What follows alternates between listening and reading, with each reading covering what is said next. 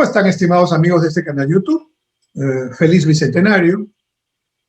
Hemos escuchado ya al flamante presidente constitucional de la República, el señor Pedro Castillo, quien ha juramentado y ha dado su mensaje a la nación desde el Congreso de la República, como manda la Constitución. ¿Cuáles serían los primeros comentarios que puedo realizar frente a ese mensaje, que todos hemos escuchado, seguramente? Lo primero es que el mensaje tiene un tono muchísimo más moderado que el que se especulaba podía tener. Es decir, hay en aspectos económicos precisiones y juramentos por parte del nuevo presidente, en el sentido de que lo que se temía o se decía en las redes sociales, de que se iban a tomar propiedades, iban a hacer expropiaciones, controles de cambios y otras medidas de ese tipo, pues no solamente no han venido en el discurso, sino que además el presidente ha sido explícito en señalar que no van a ser adoptadas. Primer punto, entonces, importante. Yo creo que el otro tema importante tiene que ver con lo que es la oferta electoral fundamental del candidato Castillo, ahora presidente constitucional de la República, y del Partido Perú Libre que lo soporta, que es el tema de promover una nueva constitución política que sustituya a la actual constitución que, como sabemos, fue aprobada en el año 1993 durante el gobierno del presidente Fujimori. La verdad que esta constitución del año 93 ha tenido ya muchas modificaciones y no diría que es la misma constitución en todos sus aspectos del 93. Ya es otra constitución, aunque en sus aspectos sustanciales en el tema económico, por supuesto que esto se ha mantenido como una política de Estado. El presidente Castillo ha dicho otra cosa importante, y es que la pretensión de la nueva constitución insiste en ella, pero la va a hacer siguiendo rigurosamente lo que manda la Constitución de la República actual y la legislación. Y entonces eso implica que, de acuerdo a los procedimientos actuales, particularmente el artículo 206 de la Constitución, que voy a leer, dice así: toda reforma constitucional debe ser aprobada por el Congreso con mayoría absoluta del número legal de sus miembros y ratificada mediante referéndum. Puede omitirse el referéndum cuando el acuerdo del Congreso se obtiene en 2 legislaturas ordinarias sucesivas con votación favorable en cada caso superior a los 2/3 del número legal de congresistas. Eso en este momento es 87 votos. Sigue el artículo. La ley de reforma constitucional no puede ser observada por el presidente de la República. La iniciativa de la reforma constitucional corresponde al presidente de la República, con aprobación del Consejo de Ministros, a los congresistas y a un número de ciudadanos equivalente al 0.3% de la población electoral con firmas comprobadas por la autoridad electoral. En otras palabras, en la actual Constitución, la figura de formar otro cuerpo, digamos, legislativo, no legislativo, sino constituyente, una asamblea para elaborar la nueva Constitución, no está contemplada. Y eso es lo que quiere el presidente Castillo y Perú Libre. Quieren que haya una asamblea constituyente. Entonces, lo primero que necesitan para que haya una asamblea constituyente que haga la nueva Constitución es que se cambie el artículo que acabo de leer, el artículo 206. Entonces, el presidente Castillo en su mensaje ha señalado que él va a invocarle al Congreso a través de un proyecto de ley la modificación de ese artículo 206 de la Constitución. Va a proponer una reforma constitucional parcial del artículo 206 para que a su vez la Constitución actual permita que se haga una asamblea constituyente previo referéndum. La pregunta es, ¿esta posibilidad es ya inmediata? Una vez que el Ejecutivo envíe el proyecto de ley que ha sido anunciado, ¿el Congreso lo va a aprobar? Pues claramente eso no parece tan inmediato ni parece tan sencillo. ¿Cómo está la correlación de fuerzas en el Congreso? Lo vimos en la elección reciente de la Junta Directiva del Congreso, que preside la congresista Alba de Acción Popular.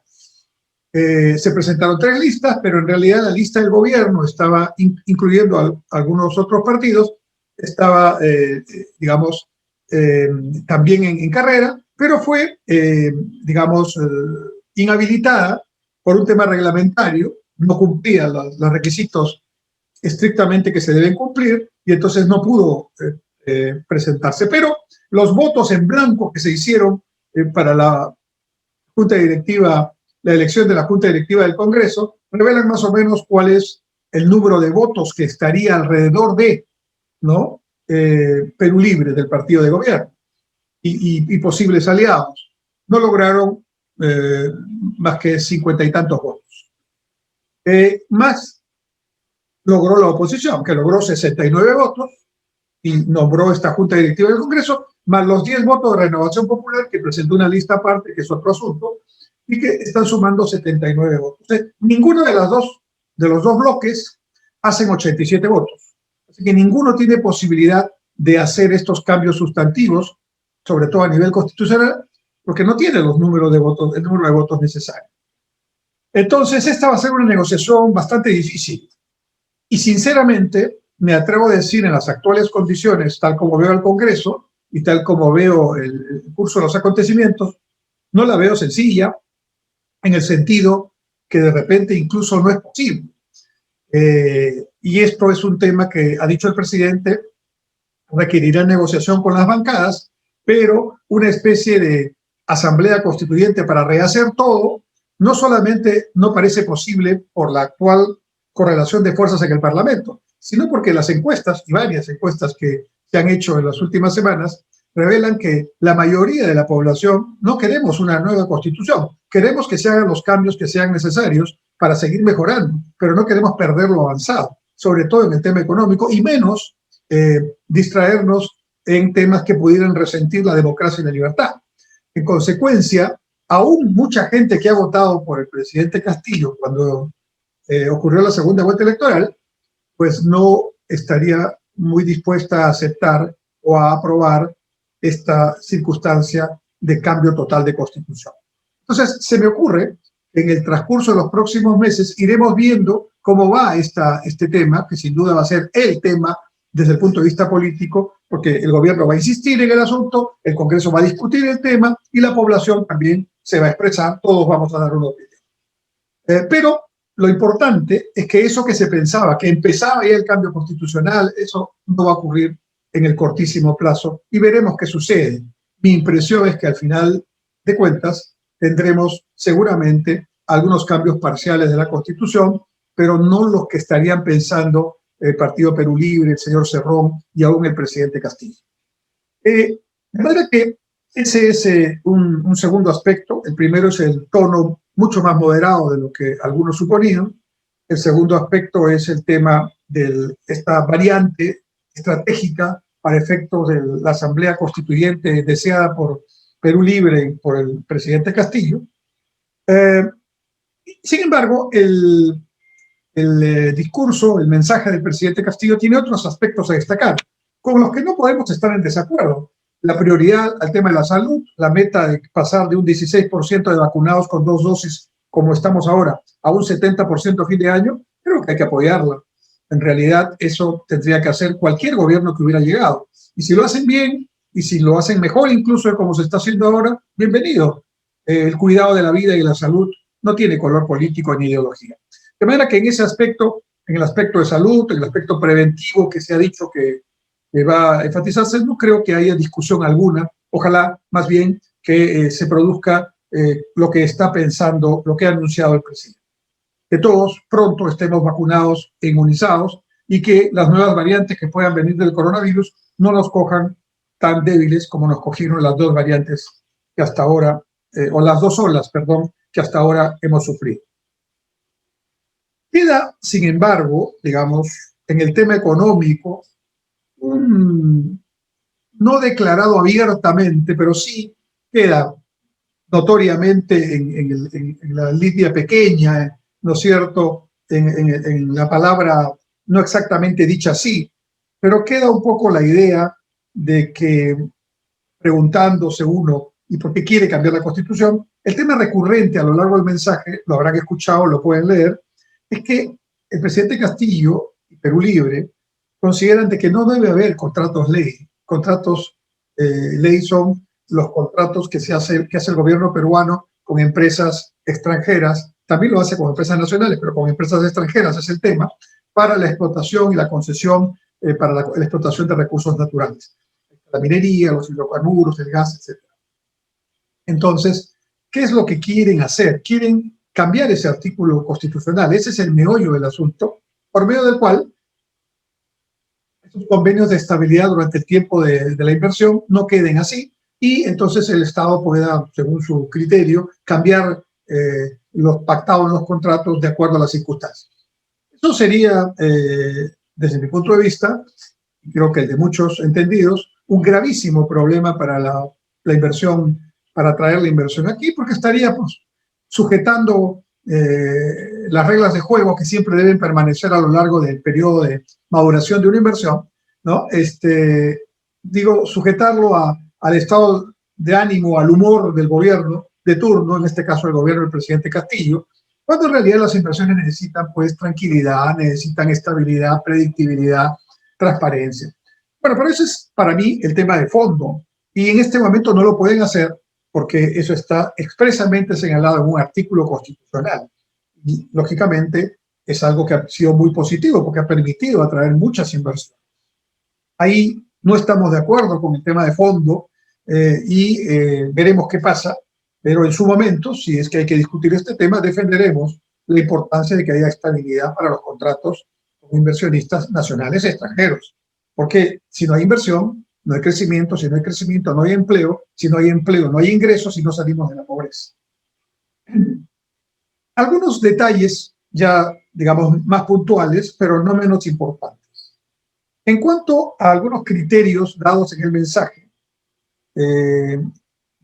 ya dijimos, no va a haber, digamos, estatizaciones, confiscación de propiedades, controles de precios, lo dijo, no va a haber. Esto debe significar ya, una vez que tengamos conocimiento de quiénes son las nuevas autoridades, me refiero a los ministros, eso debe significar una tranquilidad del mercado cambiario, me parece, ¿no? Y de otros elementos que especulativamente habían estado manejándose en estas semanas. Ha dicho el presidente que el nuevo criterio, así lo ha llamado, para promover las inversiones en el país va a ser apoyar aquellas inversiones que tengan o que se hagan con un criterio de rentabilidad social. La verdad, estimados amigos, que hace mucho tiempo ya en los proyectos de inversión se tiene el criterio de la rentabilidad económica y de rentabilidad social de los proyectos. Y la verdad, en la priorización de los proyectos, la rentabilidad social está presente. No solamente es una rentabilidad estrictamente económica la que se mide. Pero bueno, ha querido darle ese énfasis el presidente, me imagino con algún asesoramiento de quienes lo apoyan. Veremos qué pasa, pero hablar de una rentabilidad social de los proyectos de inversión es absolutamente técnico y es absolutamente válido. Ahora vamos a ver qué implica esto en la práctica, ya lo analizaremos, pero digamos que no hay que asustarse con ese asunto. Otros detalles, bueno, la creación del Ministerio de Ciencia, Tecnología e Innovación es un hecho importante. Si le va a dar este presidente un impulso real a la ciencia, la tecnología y la innovación, más allá de crear una burocracia, no está mal. Me refiero a apoyar la innovación, la tecnología y la ciencia, porque estamos muy bajitos ahí. Así que bienvenido que sea ese apoyo. Yo lo hubiera hecho sin crear el ministerio, sentando a quien preside Concitec en el Consejo de Ministros. Pero bueno, el presidente puede proponerlo, va a crear un ministerio, pero y ojalá que esto sea significativamente un parteaguas, ¿no? Un antes y un después en el tema de la promoción de la ciencia, la cultura y la innovación, que sin duda lo necesitamos. Ha mencionado también el caso de Perú, Petroperú. Como es una empresa estatal, aquí sí parece que va a hacer lo que quisiera hacer en los otros sectores donde no tiene empresas estatales. Me refiero a minería o empresas vinculadas a otras actividades. Petroperú es una empresa que en los últimos tiempos no ha entrado en la exploración, ha concesionado lotes petroleros para la exploración y tampoco ha entrado mucho en toda la cadena, digamos, de etapas productivas y de comercialización que tiene la actividad petrolera. El presidente ha anunciado que Petroperú va a hacer todo, como se hacía en los años 70, 80. Bueno, eso también es un tema que habrá que mirarlo en la práctica, porque no se trata solamente de decir voy a hacerlo, sino de ver qué inversión se necesita, dónde están esos proyectos de exploración, cuáles son los proyectos que se pueden explotar. En fin, hay todo un componente técnico que viene adelante. Otro detalle, para la seguridad ciudadana, la incorporación de las rondas urbanas acompañando a la Policía Nacional, emulando a lo que hacen las rondas campesinas en las zonas rurales. Bueno, a mí personalmente no me parece mal. Algunos han pensado que esta es una fórmula como la que utiliza Venezuela o que tiene Cuba, de una especie de espías políticos que están ahí o de fuerzas políticas que van más bien a velar por los intereses del gobierno. Espero que no sea ese el objetivo del señor Castillo. Vamos a ver qué cosa es lo que plantea. Se requieren algunos cambios legislativos, pero obviamente esto no significa ni siquiera reemplazar, ni siquiera pensar en reemplazar a la Policía Nacional. Más bien yo lo pondría en el papel que algunos, que desarrollan algunos municipios con su serenazgo, ¿no? Tener la experiencia de rondas urbanas no me parece mal si es que tiene ese objetivo y no otro subyacente. A las Fuerzas Armadas les ha dicho que en paz, en momentos de paz, en tiempos de paz, van a trabajar más por el desarrollo económico. Esto ya lo han hecho antes. Sus batallones de ingeniería, sus cuerpos de salud, trabajan en actividades cívicas permanentemente, tanto del Ejército, de la Fuerza Aérea y de la Marina, pero bueno, ha dicho que eso va a enfatizarlo. Ha señalado que los delincuentes extranjeros van a salir en 72 horas.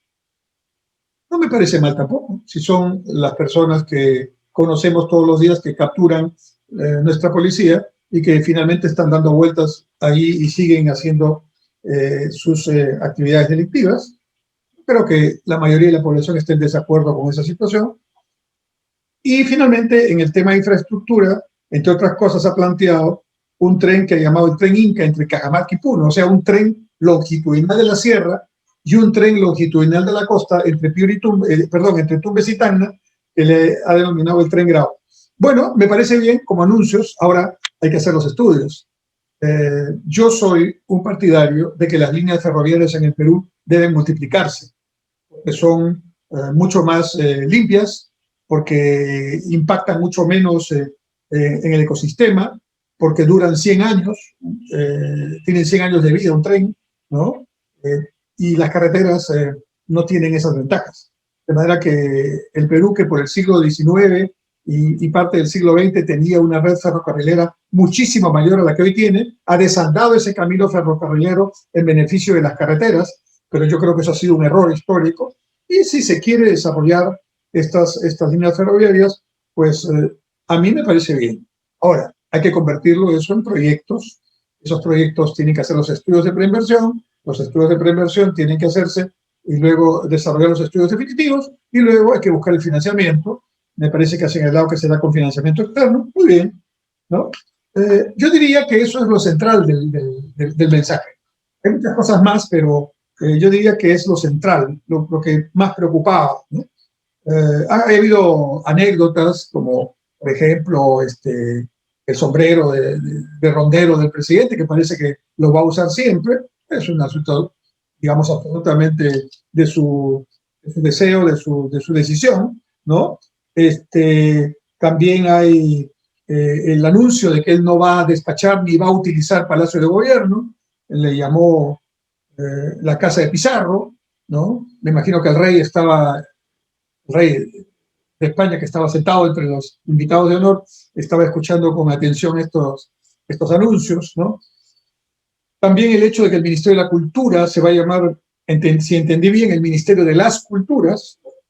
Son formas, son gestos. Los gestos también son importantes en la política. Pero mi resumen de este primer mensaje sería: tono moderado. Creo que en lo económico, en lo sustancial, no ha anunciado cambios que deberían preocuparnos por el momento. Y a mediano plazo, desde ahora, pero a mediano plazo, sigue insistiendo en el tema de la nueva Constitución y hacerlo a través de una asamblea constituyente que requiere un cambio constitucional y para lo cual requiere tener el apoyo de otros partidos que, en mi opinión, no va a ser fácil de conseguir. Probablemente lo que ocurrirá finalmente será que habrá posibilidades de hacer cambios parciales que sean pues los pertinentes, sin hacer toda la parafernalia de toda una elección, primero un referéndum y después una elección de una asamblea constituyente, que da mucho que hablar porque en otros países ese ha sido el camino para eternizarse en el poder, ¿no? Muy bien, esto es mi comentario. Seguiremos atentos a lo que viene ocurriendo en nuestro país a partir del gobierno que se acaba de instalar y dirige el presidente Pedro Castillo. Gracias.